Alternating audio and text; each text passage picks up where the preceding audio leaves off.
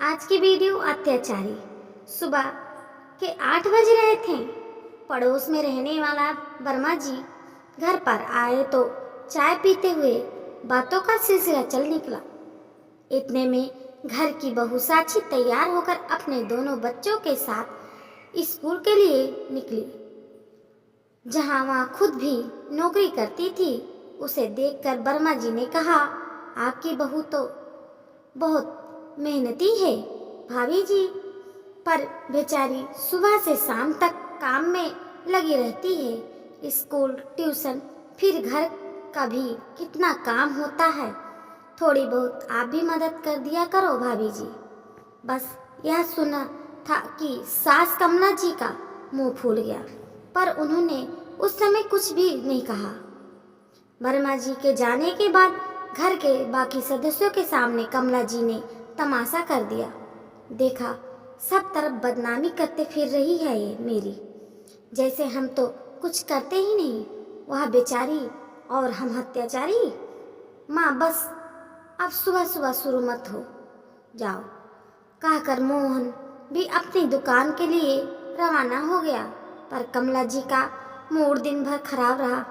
मोहन साक्षी के पति एक परचून की दुकान चलाता है, जिसमें कोई खास आमदनी नहीं होती। वहीं छोटा देवर सोहन भी कुछ खास काम नहीं करता। ऐसे में घर की जिम्मेदारी साक्षी के ऊपर आ जाती है। यह सब जानते हुए भी कमला जी कभी कभी ताना मारने में से बाज नहीं आती, और अगर कोई ऐसे में उनकी बहू की तारीफ कर दे तो उन्हें ऐसा लगता है कि से बहू सारी दुनिया को कहती फिर रही है कि जैसे वह अकेले ही सब संभालती है। कमला जी की खुद की आदत थी कि सुबह शाम बरामदे में बैठी नजर आती थी। कभी पड़ोसियों से बात करती तो कभी आने जाने वालों से। ऐसे में साक्षी अकेले काम कर रही होती। हाँ, मोहन जरूर साक्षी की मदद कर देता था, जैसे बच्चों का नहलाना करके स्कूल के लिए तैयार कर देना, उनका टिफिन पैक कर देना। खैर, शाम को साक्षी ट्यूशन से फ्री होकर खाने की तैयारी कर रही थी तो कमला जी उसके पास आई। वह सुबह से ही भरी हुई बैठी थी तो उन्होंने आते ही सुनाना शुरू कर दिया। साक्षी, तुम हर जगह हमारी बदनामी करती फिरती हो क्या? इसीलिए तुम्हें नौकरी करने की इजाज़त दी थी कि जगह जगह तुम मुझे बदनाम करती फिरो?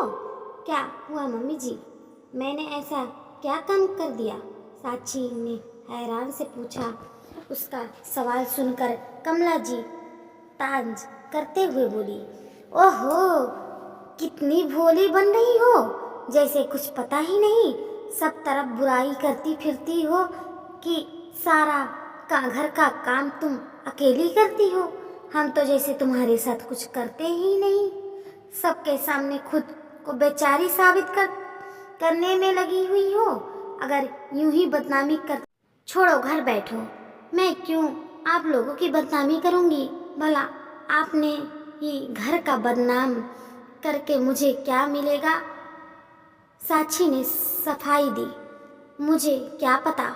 जिसे देखो बस यही सलाह देता है रहता है कि बहू की मदद किया करो, बेचारी अकेली काम में लगी रहती है। तुमने ही कुछ कहा होगा तभी तो सब लोग कहते रहते हैं, जैसे तेरी कमाई से हमारा घर चल रहा है। तेरे आने से पहले तो जैसे हम लोग भूखे ही बैठे थे। कमला जी तिलमिलाते हुए बोली, देखिए मम्मी जी, पहली बात तो यह कि मेरे पास इतना वक्त ही नहीं होता है कि मैं जगह जगह लोगों से बात करती फिरूं। दूसरी बात, आपकी आदत है सुबह हो या शाम हो, आप बाहर बरामदे में बैठी लोगों से बात कर रही होती हैं। अब लोग अंधे नहीं हैं, क्योंकि यही दो वक्त होता है जिसमें सबसे ज़्यादा काम होता है। उस समय तो आप बाहर बैठी होती हैं, तो क्या लोगों को समझ नहीं आ रहा है कि मैं अकेले घर में काम कर रही हूँ? और तीसरी और ज़रूरी बात, अगर कोई आपसे कुछ कहा है तो उसे आप बाहर हैंडल कीजिए। यहाँ घर में लाकर कि झगड़ा मत कीजिए। अगर आपको ऐसा लगता है कि आपकी बहू सबसे कहती फिर रही है तो उन्हीं लोगों से पूछ लीजिए कि उन लोगों से किसने कहा, क्योंकि मेरे पास आपके फतूल सवालों का जवाब नहीं है।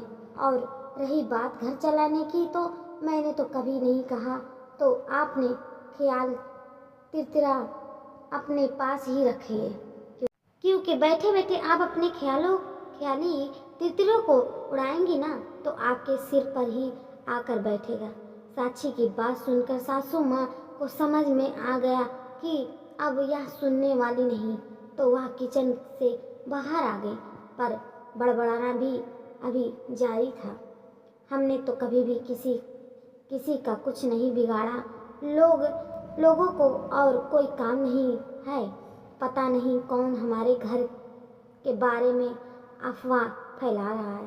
सत्यानाश हो उसका। और इधर उधर किचन में साक्षी सोच रही थी कि हे भगवान, अभी भी बड़बड़ाना जारी है। पूरी सिलेबस